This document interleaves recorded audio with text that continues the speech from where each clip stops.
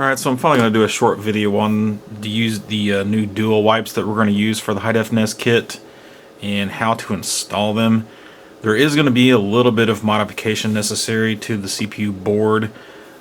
Basically all we're going to do is flush cut the outside 4 pins so that the plastic right here on the chip doesn't sit on top of them. Actually, yeah, I've already screwed up. It's just these 2 outside pins right here, not all 4 of them. So it'll just sit on there like that, and we got to flush cut those, that way it sits down flat. Now these were ordered, the next rev I should say, the yellow and black, are already here, and they were already ordered before we decided to go with the dual wipe. But I was going to try to get Kevin to move these 2 rows of pins out further away from each other, that way when this sits down it's not pushing on the solder fillets. That's the one thing that we have to really look for when doing it this way. When you start pushing the socket down, it's going to push on those fillets and move it slightly. So when the pins on the other side are not going to be straight through, there's going to be a little bit of an angle. And honestly, that's just not that big of a deal. But if we can change it to where that's not a problem, that'd be great.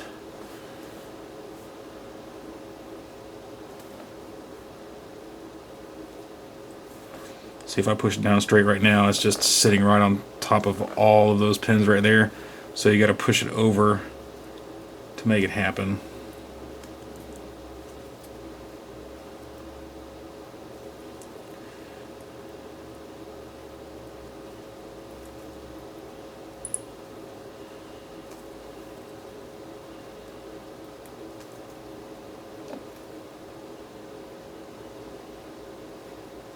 It's fairly flat like that. And it gives you an idea of why we had to cut those pins. The plastic would be sitting just directly on top of it. So that's all it really takes.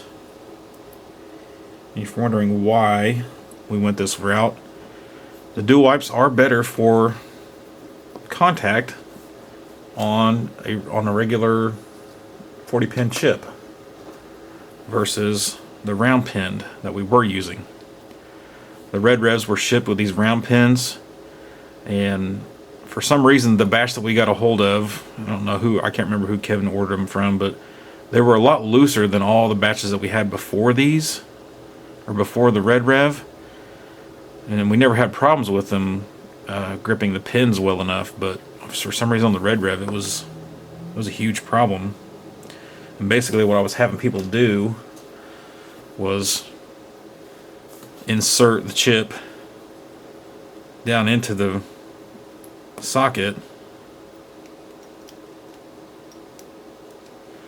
so that where it's all the way inserted like that, and then just take the chip and bend it out like that, and do that to both sides. And then when you go back to put it into the socket, you just gotta insert on one end and then force your way back down on the other side. Of course, if they're bent out too far, it's kind of impossible, but you can make it work. And that helped a lot. That helped most people with that problem, but it's just too much of a problem. So we're going to ship with dual wipes, which is another problem because I'm going to have to ship them in these tubes, and I need to cut these tubes down to hold two sockets. Just throwing in a couple strips of the round pins was much easier. I don't think they sell dual wipes like this in a single row format. That would be excellent. A little bit easier to ship and whatnot, maybe even to solder on.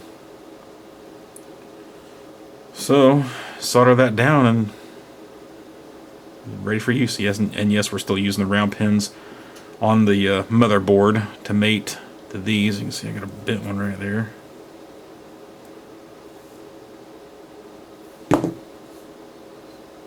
But that's all I really wanted to show. It's pretty simple. You really got to force it down on there, but Like I said, I didn't have time to really mess with the layout of the posers.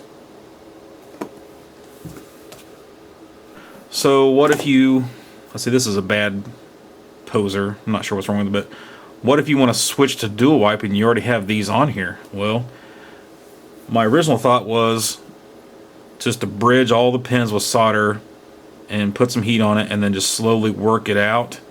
But I think it might have been Rob with OFS Mods had a better idea. He said he was pulling them out one at a time. So if you have your flush cutters or whatever going there, what I was doing was cutting the plastic off one side like this.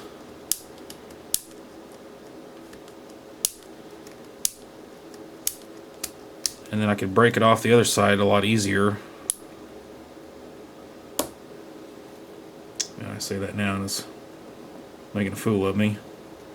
But it seemed to be the way to go.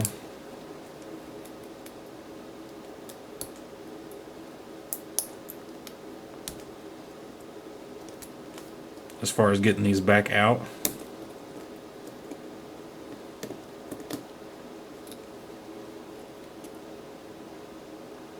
Because now we can just melt the solder and pull one pin at a time, and we're not going to stress it at all.